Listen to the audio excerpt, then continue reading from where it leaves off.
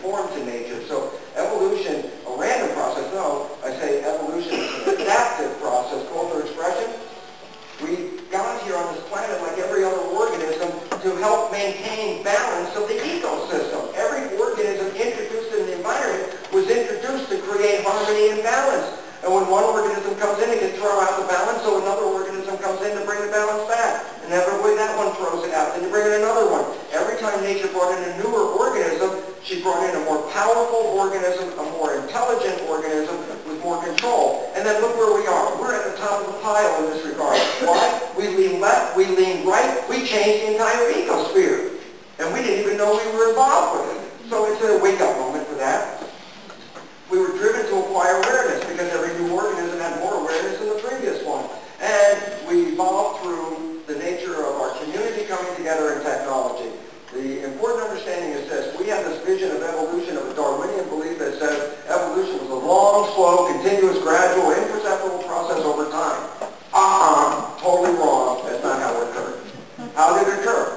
There was a repeat pattern. And if you understand the repeat pattern, and it's fractal, and the show's watching, so I don't have a lot of time going to practice. Let me just tell you what the pattern's all about. You introduce an organism like a bacteria, and they live in a loose community, not connected together. But over time, they start to come together, and they form bacterial colonies with a membrane around them called biofilms. The biofilms evolve and become what we call the amoeba, the eukaryotic cell. So a eukaryotic cell is actually a community of bacteria in the evolution. I go, yeah, but now that I have the unity called the eukaryotic cell, what does it do? It hooks up with other eukaryotic cells to make colonies of colonies.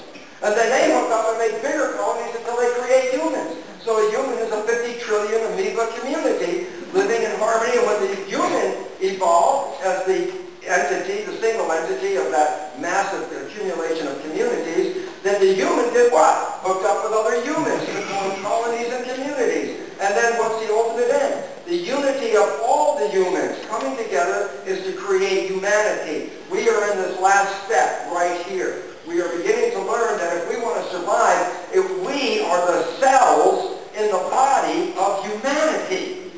The humanity is what's evolving. The human's not evolving. We already did that. We are now coming together to recognize that we are all part of one super organism called humanity. And if I look at the state of health of humanity today, then we've got a problem. We're suffering from autoimmune disease, which means that the cells are killing each other. And the problem with that is if we don't resolve that, the system's going to kill us anyway. And the resolution says we must come together, recognize we are all cells in the same body. And what this creates is something called in quantum mechanics emergence. Emergence is you create new things from taking other things and putting them together. So when I say, when you put cells together, do you think it was in the mind of a cell that, hey, look, if we can get enough cells together, we can create a rocket ship and go to the moon? No, the cells weren't thinking that. It wasn't even in their world thought. It was only when you get enough cells together can you create that kind of intelligence for the entire process. And what happens is when humans come together, and please, I want to go to the next slide. Okay. Oh, well. Okay, I'll leave this as the last slide. That's okay. Let me just tell you what happened. 400,000 years of human history. They went back archaeologically, you go back, 350,000 years of that, the people lived exactly the same. They had the same tools, they lived in the same fashion as far as we could tell. Nothing changed for 350,000 years. 40,000 years ago, there was a rapid change in civilization. Technology evolved and started to spike, and all of a sudden we end up on the moon in a very short time, considering 350,000 years are not going anywhere. People and the scientists said, oh, there was something happened 40,000 years ago. Humans changed.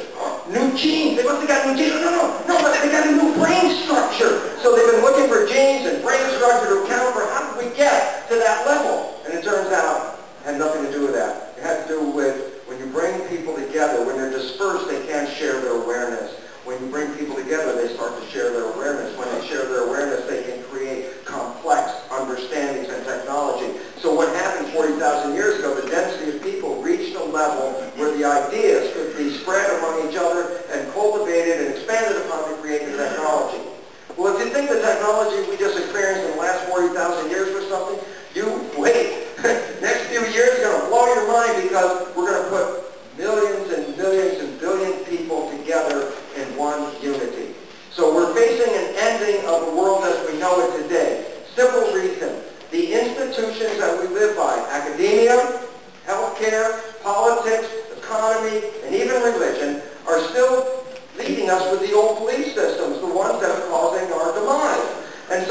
to get out of that? And the answer is they must fall. They must fall so we can build a new system.